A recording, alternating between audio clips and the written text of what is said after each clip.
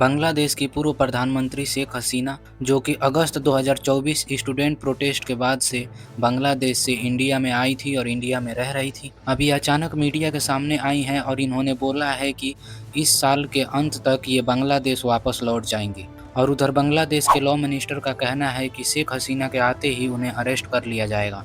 इधर शेख हसीना ने बोला है कि वो ये जानती हैं कि बांग्लादेश जाते ही उनको अरेस्ट कर लिया जाएगा, यहाँ तक कि मारने की भी कोशिश की जाएगी, लेकिन फिर भी वो बांग्लादेश जाएंगे। शेख हसीना का भारत में इतने दिन रहने के बाद बांग्लादेश लौटने के पीछे कई बड़ी वजह है। सबसे पहला जो कि शेख हसीना ने खुद ही बोला है कि वो चाहती हैं कि बांग्लादेश में डेमोक्रेसी फिर से आए, उनकी पार्टी अवामी लीग फिर से वहाँ रूल करे और उनके लोग जो उनको बुला रहे हैं, जो उनको सपोर्ट करते हैं, उनके लिए वो फिर बांग्लादेश जाना चाहती हैं। लेकिन शेख हसीना के बांग्लादेश लौटने का असली कारण ये नहीं है, बल्कि कुछ और है।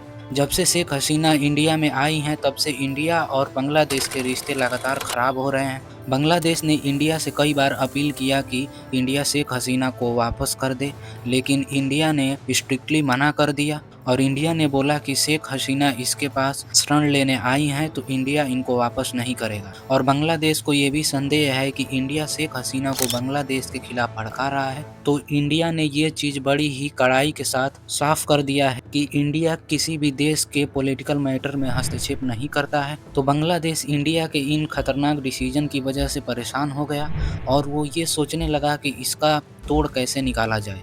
तो अब बांग्लादेश की मौजूदा सरकार चाइना के साथ अपने रिश्ते बढ़ा रही है। हाल ही में बांग्लादेश के प्रधानमंत्री और बांग्लादेश के विदेश मंत्री चाइना के विजिट पे गए हुए थे और चाइना के साथ बांग्लादेश का दोस्ती बढ़ना बांग्लादेश के लिए बहुत ज़्यादा खतरनाक साबित होगा, क्योंकि चाइना बांग्लादेश को अपने डेट ट्रैप पॉलिसी में फंसा लेगा। पहले बांग्लादेश को बहुत ज़्यादा लोन देगा और अगर बांग्लादेश लोन नहीं चुका पाया तो फिर बांग्लादेश की ज़मीन पे अपना एयर बेस या फिर अपना पोर्ट बना लेगा। बांग्लादेश चाइना के इस जाल में ना फंसे, इसी चीज़ को लेकर शेख हसीना चिंता जता रही हैं और उनके बांग्लादेश लौटने का एक ये भी बहुत बड़ा कारण है। शेख हसीना ये चाहती हैं कि बांग्लादेश चाइना के साथ नहीं बल्कि इंडिया के साथ अपने रिश्ते बहुत अच्छे रखे और अपने डेमोक्रेसी को मेंटेन रखे। और सिर्फ इतना ही नहीं, बांग्लादेश और भारत के रिश्ते में एक और भी बहुत बड़ा रुकावट आने वाला है। बांग्लादेश और इंडिया के बीच 1996 में गंगा जल संधि हुआ था।